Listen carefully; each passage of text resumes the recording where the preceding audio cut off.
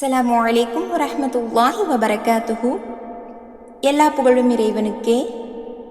நபி ஸல்லல்லாஹு அலைஹி வஸல்லம் அவர்கள் செய்த பிரார்த்தனைகள் பகுதியில் இன்று நாம் பார்க்கவிருக்கும் பிரார்த்தனை, தன்னை மட்டுமே வணங்க வேண்டும் என்பதை முழு முதற் நோக்கமாக கொண்டு மனிதர்களையும் ஜின்களையும் படைத்துள்ள ஏக இறைவனுக்கு அடிபணிந்தவர்களாகவும் அவன் மீதே உறுதியான நம்பிக்கை கொண்டவர்களாகவும் நம்முடைய தேவைகள் அனைத்திற்குமே நாம் அல்லாஹ்வையே முழுமையாக சார்ந்திருக்கின்ற நிலையில் அவனிடமே மீண்டும் திரும்புதல் உண்டு என்பதையும், இறை உதவி இல்லாமல் நம்மால் எந்த ஒரு காரியத்தையும் செய்ய இயலாது என்பதையும் உணர்ந்தவர்களாகவும், வல்லோன் இறைவன் நம்மை நேரிய வழியை விட்டும் வழி தவறுமாறு மாற்றிவிடாமல் இருப்பதற்காக அவனிடமே பாதுகாப்பு கோரும் விதமாகவும், நித்திய ஜீவனான அல்லாஹுவை தவிர வேறு இறைவன் யாருமே இல்லை என்பதை நமக்கு நாமே நினைவூட்டும் வகையிலும் இறுதி தூதர் முஹம்மது நபி ஸல்லல்லாஹு அலைஹி வஸல்லம் அவர்கள் செய்த பிரார்த்தனை.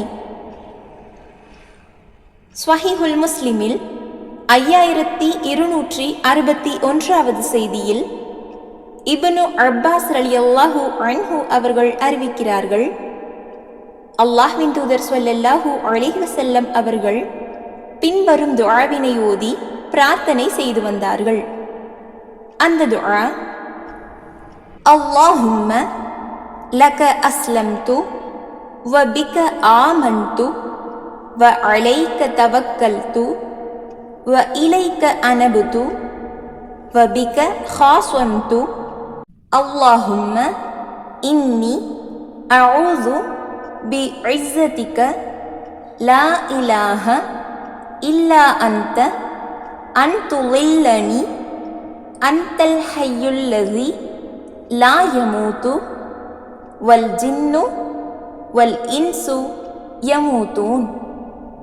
இதன் பொருள், எங்கள் இறைவா, உனக்கே அடிபணிந்தேன், உன் மீதே நம்பிக்கை கொண்டுள்ளேன், உன்னையே சார்ந்துள்ளேன், உன்னிடமே திரும்புகிறேன், உன் உதவியாலேயே எதிரிகளிடம் வழக்காடுவேன். எங்கள் இறைவா, நான் வழி தவறாமல் இருக்க உனது வல்லமையின் மூலம் நான் பாதுகாப்பு கோருகிறேன். உன்னை தவிர வேறு இறைவன் இல்லை. ஜின் இனத்தவர்களும் மனித இனத்தவர்களும் இறந்து விடுவார்கள், ஆனால் நீ இறக்காமல் நிலைத்திருப்பவன்.